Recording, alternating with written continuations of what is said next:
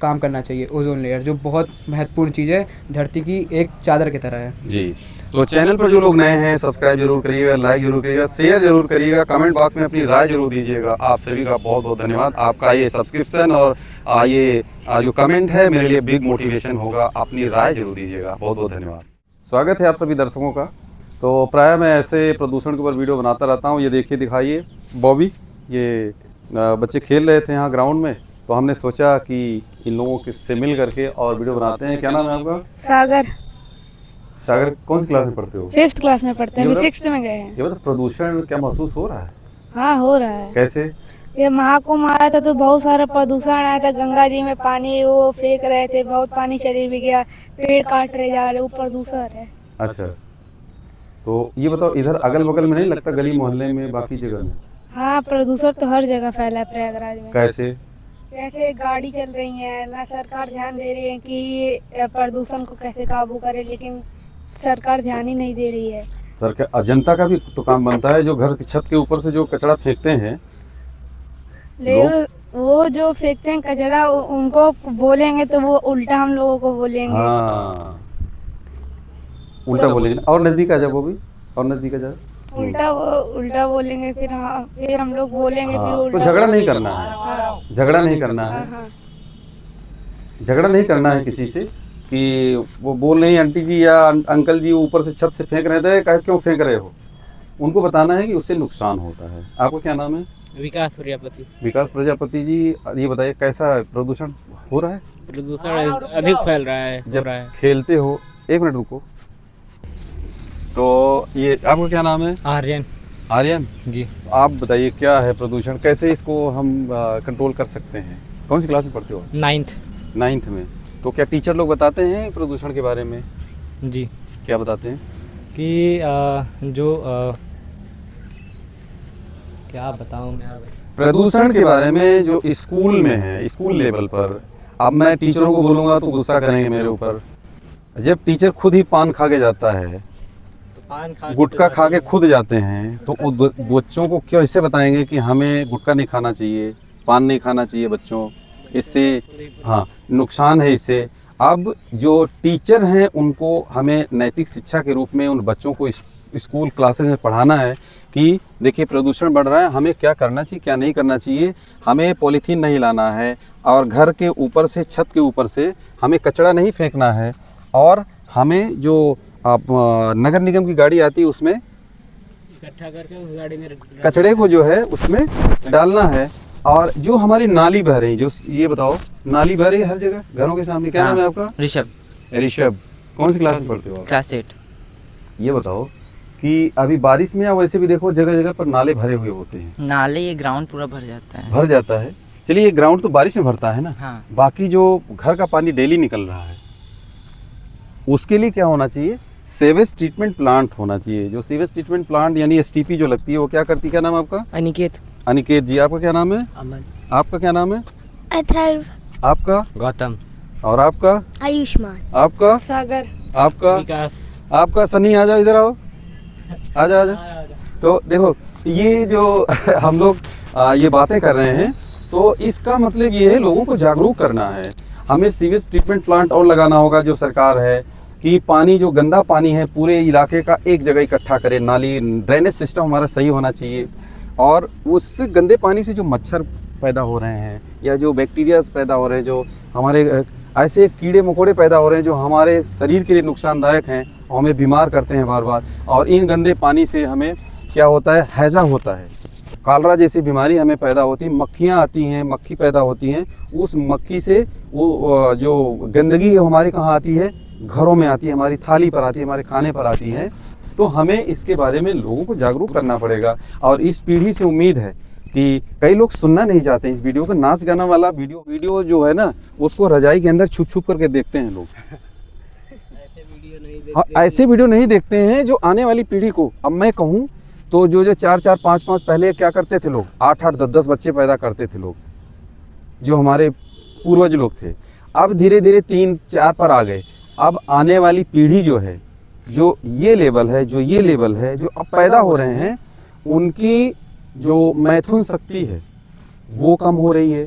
जो बच्चियां हैं उनको गर्भ धारण करने की क्षमता कम हो रही है। क्यों कि जो ये हमारा जो प्रदूषण का जो लेयर है, carbon dioxide, carbon monoxide, nitrogen जैसी जो गैसें जो निकल करके हमारे शरीर में और हमारे खाने में और हमारे पानी में जो मिल रहा है, हमारे पर्यावरण में जो मिल रहा है, वो हमारे शरीर को ही तो नुकसान कर रहा है। तो हम सबको इसके लिए जागरूक होना पड़ेगा और जनता को जागरूक करना पड़ेगा। इसके लिए न तो सरकार अकेले कर सकती है, न जनता अकेले कर सकती है, सबको मिलकर करना पड़ेगा। सरकार को भी जागना पड़ेगा। और सरकार को जगाता कौन है? जनता जगाती है ना। तो जनता जब जगेगी, भाई आज कचरे वाली गाड़ी नहीं आई तो कचरे वाली गाड़ी वाले नहीं एग्जाम्पल दे रहे हैं, तो उसको फोन करना पड़ेगा ना कि भैया कचरे वाली गाड़ी क्यों नहीं आई आज। नहीं तो उसको तो कोई जनता बोली नहीं तो हम क्यों जाएंगे, है कि नहीं। लाइट जब चली जाती है तो हम क्या करते हैं, बगल में देखते हैं कि लाइट गई, अरे बगल वाले उनके यहाँ है कि नहीं है, तब सोते रहेंगे और जब शाम तक नहीं आएगी बोले अरे आज लाइट नहीं आई। ये नहीं, हमारा काम है भाई, जो इलेक्ट्रिसिटी बोर्ड है वहाँ आप फोन करिए, पावर हाउस में फ़ोन करिए और बताइए। और कोई कुछ बोलना चाहता है बताइए। कैसे, आप कौन सी क्लास पढ़ते हैं? मैं 10th। प्रदूषण को कम किया जा सकता है?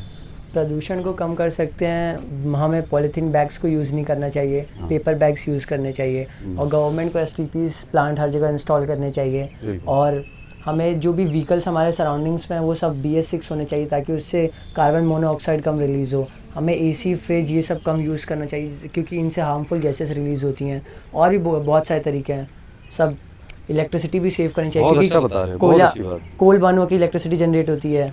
और हमें इलेक्ट्रिक व्हीकल्स की तरफ मूव करना चाहिए, पेट्रोल और डीजल व्हीकल्स की। क्या बात है, बहुत। इसीलिए इन बच्चों को, नए बच्चों को इसीलिए हम खोजते हैं। जी बोलो, बताओ।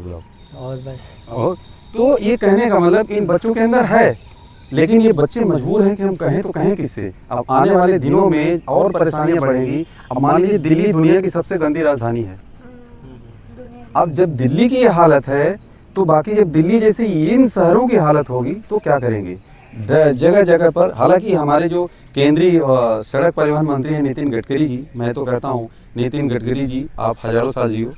और भारत में जो सड़क बनाने का सिलसिला है और जो कचरा को रिसाइकिल करने की जो परंपरा है, आपने जो इतनी तेज़ी से शुरू किया है, एथेनॉल मेथेनॉल जो बनाने की, समझ रहे हैं कचरे को। हाँ जी, हाँ बताओ। नागपुर में नितिन गडकरी जी ने कचड़ों से एक नया हाईवे जी, तो इस पर बिल्कुल, इस पर लोगों को जो है जागरूक होना पड़ेगा। और हमें इस पर, आपका क्या नाम है? विराज यादव। विराज यादव, ये बताइए कि कैसे हम जो कचरा है उसको क्या करना चाहिए? रीस्टोर करना चाहिए, यानी रिसाइकिल करना चाहिए। रिसाइकिल कैसे होगा? जब हम कचरे को इकट्ठा करके नाली में, ये बताओ नालियाँ ब्लॉक हो रही ना, जो हमारे ड्रेनेज सिस्टम ब्लॉक हो रहा है, क्यों हो रहा है? पॉलीथीन जा रही है, बोतल से जा रहे हैं, तो उसको क्या करना चाहिए?